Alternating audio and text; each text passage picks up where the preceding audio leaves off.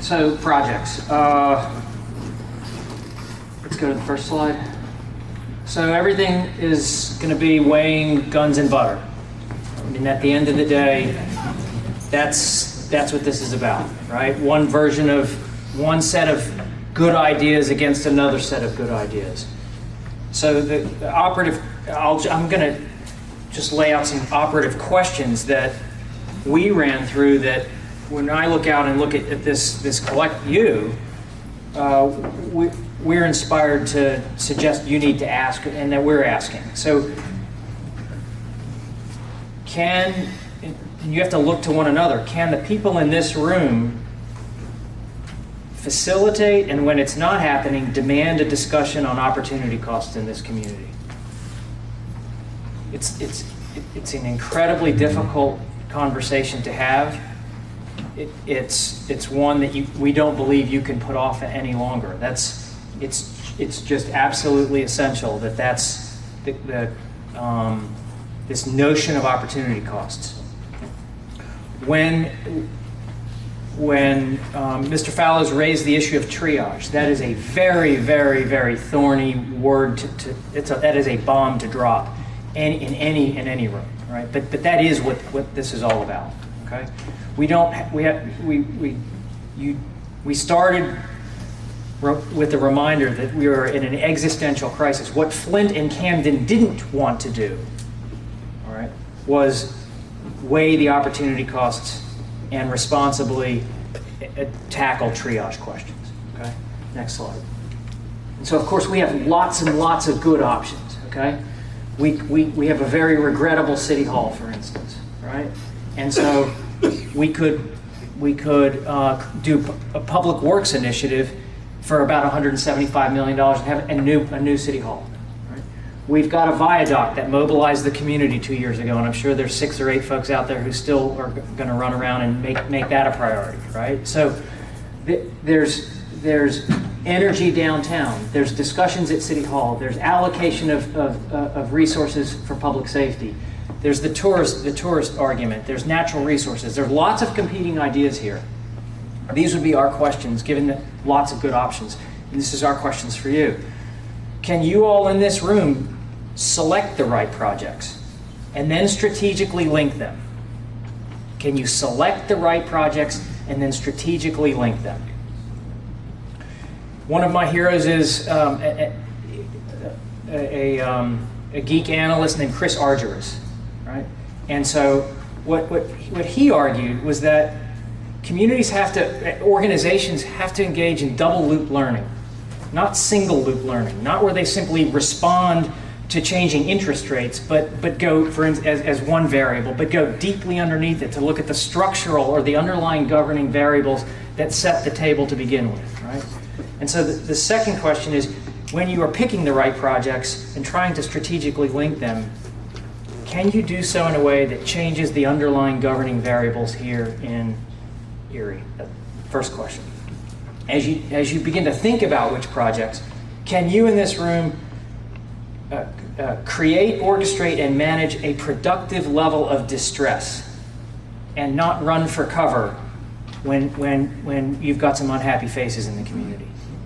A productive level of distress. Right? Jay's nodding, right? It's a good reminder to me the great work that Jay's done with nominal resources at the school system. Okay, what constitutes a productive level of distress here in this community? Right? We alluded to it at the end of the last piece. Can you in this room, not this community, you in this room create a holding environment where a long put off dialogue, an east-west dialogue in this city can occur? Right? Instead of running for cover, right, can you actually have a conversation about resources on the east side, resources on the west side? Actually have one.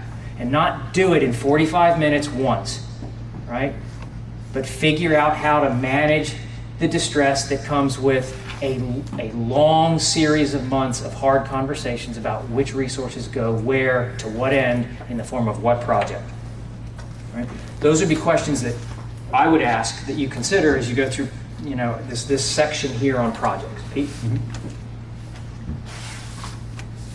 And I think an important thing to understand about this comprehensive plan is that it isn't a 500-page list of projects and instructions for projects. You can't flip to page 400 and find instructions on what to do during March of 2023. A lot of the work that has to be done is this community identifying projects, resourcing those projects, figuring out how to best align them with the principles of this plan, and taking risks. Not being certain about whether it'll work or not, but if everyone is getting things going, aligning with this plan in terms of the principles, you have a higher probability of success. So projects are mentioned in the plan as demonstrations of the types of things that could work, but I think in general, in addition to those principles, ways that we think about projects with regard to the plan. One is that projects that involve or are adjacent to assets are good. That ties into principle number 2 there. If you're near assets, and again, how you define assets is an interesting conversation, but that usually constitutes a good project that should move forward and be refined further. Projects that connect assets and engage multiple partners are really good. That's a lot of the work that needs to be done downtown, where you have a lot of assets that have been invested in heavily, but connecting them and bringing as many partners together as possible is really work that needs to be done in future projects. Last thing to think about here, projects that reward desirable behaviors are important. And this is a lot of the work that has to be done in those neighborhoods between 26th Street and the city line, where a lot of the programming that has to be done, a lot of the on-the-ground work involves convincing the property owner who hasn't repainted their house in the last 3 or 4 years, convincing them to finally do that because they have a sense that their neighbors are doing it as well, and they feel that there is an incentive to investing in their property, that they will get something out of it at the end of the day. So thinking about behaviors and how projects and programs can influence good behaviors is important. And it's also the thinking about behaviors is important to this whole process of generating projects, putting them on the table, and vetting them. So risk-taking and collaboration are 2 behaviors that Charles noted in his transmittal letter to the city. I've probably been lacking to a large extent in recent decades. Can I pause on that? Yeah. How many of you have come across our letter of transmittal? The letter of, so does anybody know why we did that letter of transmittal? Why it's not in the plan? It's not, I'm going to tell you anyway. It's not in the plan because City Hall asked us not to put that stuff in the plan. The letter of transmittal speaks to the behavioral changes that have to occur in this community. We were under explicit orders to not put that stuff in the plan. We had to find a way to get it out and have it understood. An underlying governing variable, all right, is ducking for cover.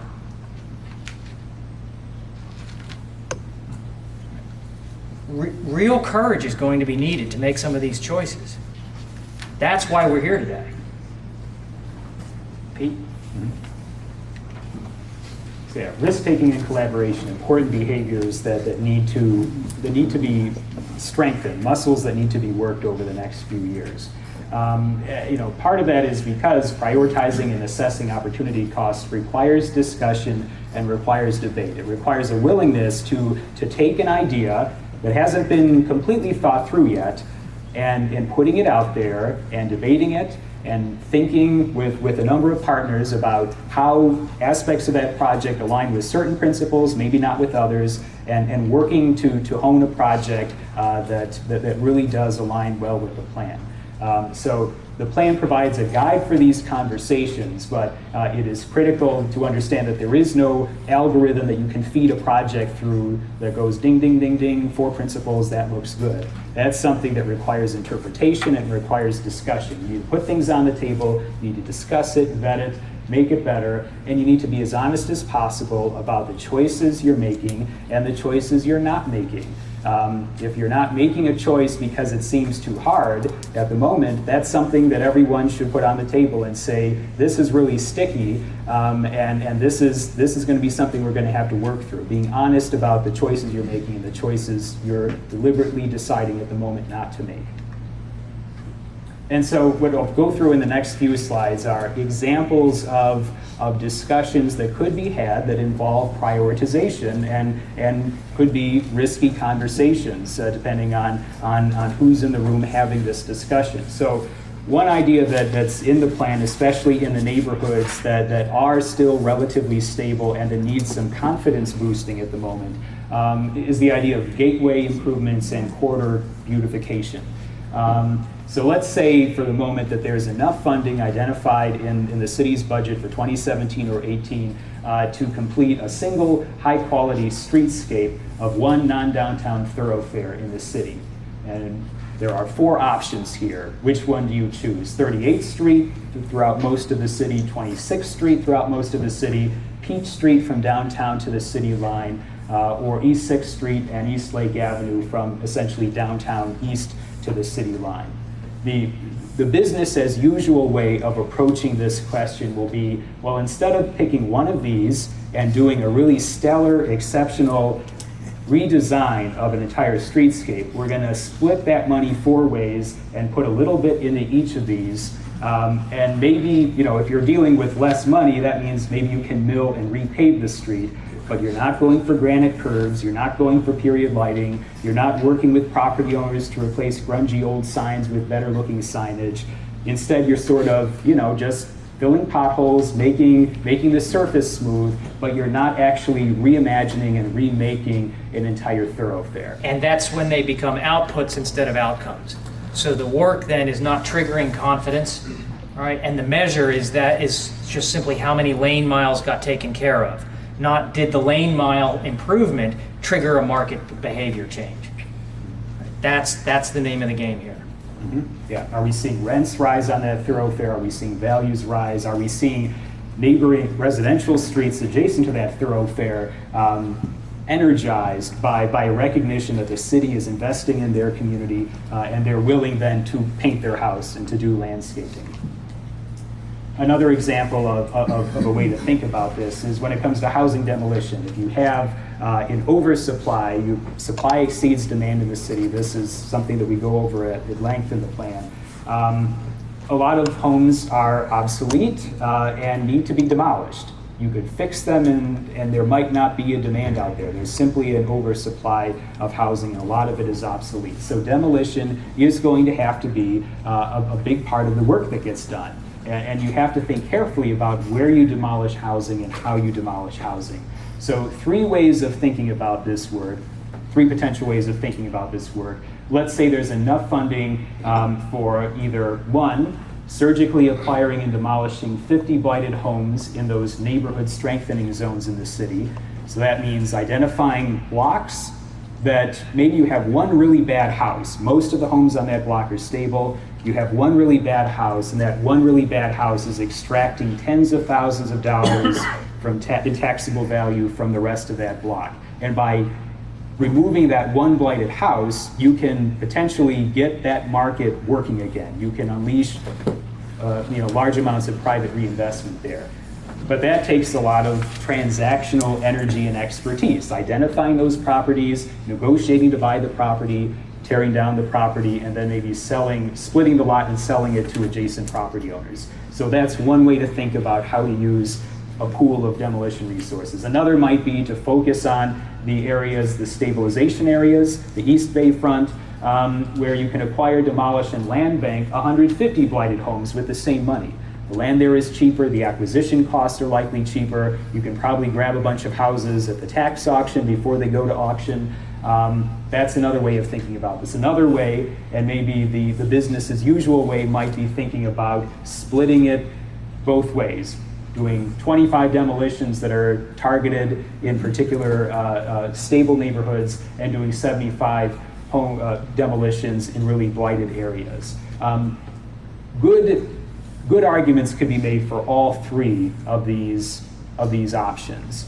I could make very good arguments for all 3 of these options, but you got to choose. You got to choose one of them, and that's a conversation that a number of partners, a number of stakeholders need to have, and need to really grapple with the principles of the plan and the priorities of the plan and the priorities of the community, and thinking, where do we put demolition dollars first to make the biggest difference early on in the implementation of the plan. Stay there.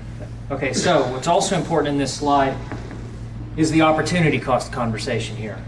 It's time will not stand still while you're pursuing strategy B. Let's get rid of strategy C because I disagree with Pete. I just think that that's just not workable.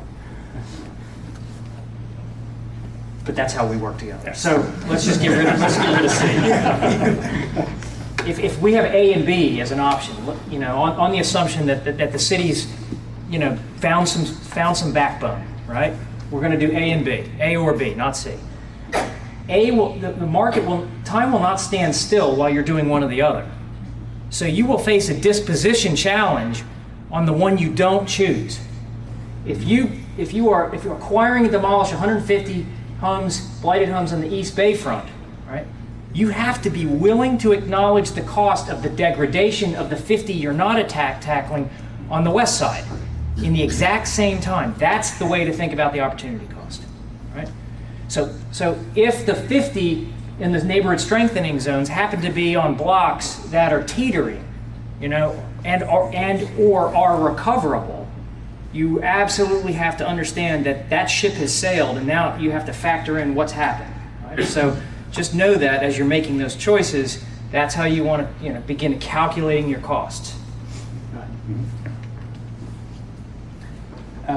This is a slide that we showed often during the planning process, a picture of Olympic Park in Seattle, where it was primarily the private sector that invested $90 million in this iconic infrastructure feature that connects a part of downtown Seattle with the Puget Sound. A lot of the money came from the Bill Gates Foundation, but it basically is this bridge over a bluff across a set of railroad tracks across the highway to the water, and it's also a sculpture park.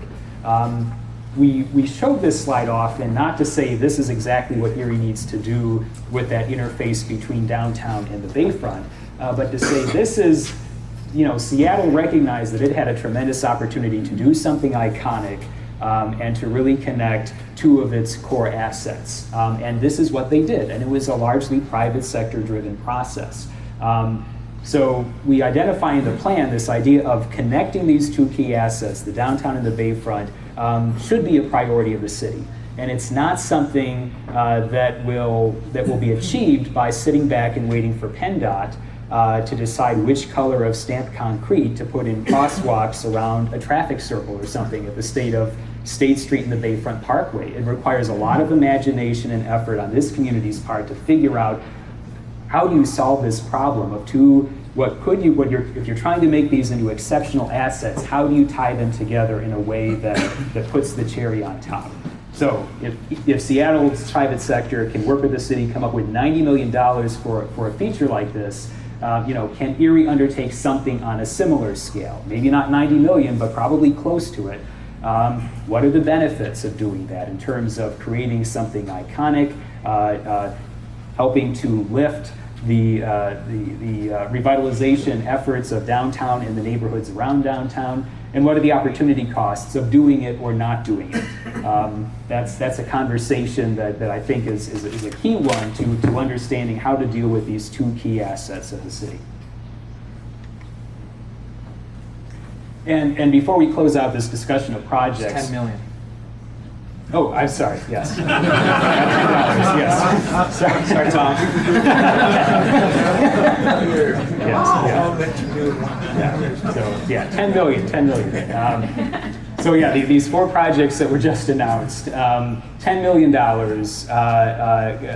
across a combination of a community college study, a community schools initiative, to revitalize the Bayfront neighborhoods, and a downtown Erie Innovation District. This is the type of thing that Erie needs to do, to put these projects on the table, identify some resources to get them started, but then I think the work that needs to be done now is to have additional conversations about how can these really align with the principles of the comprehensive plan.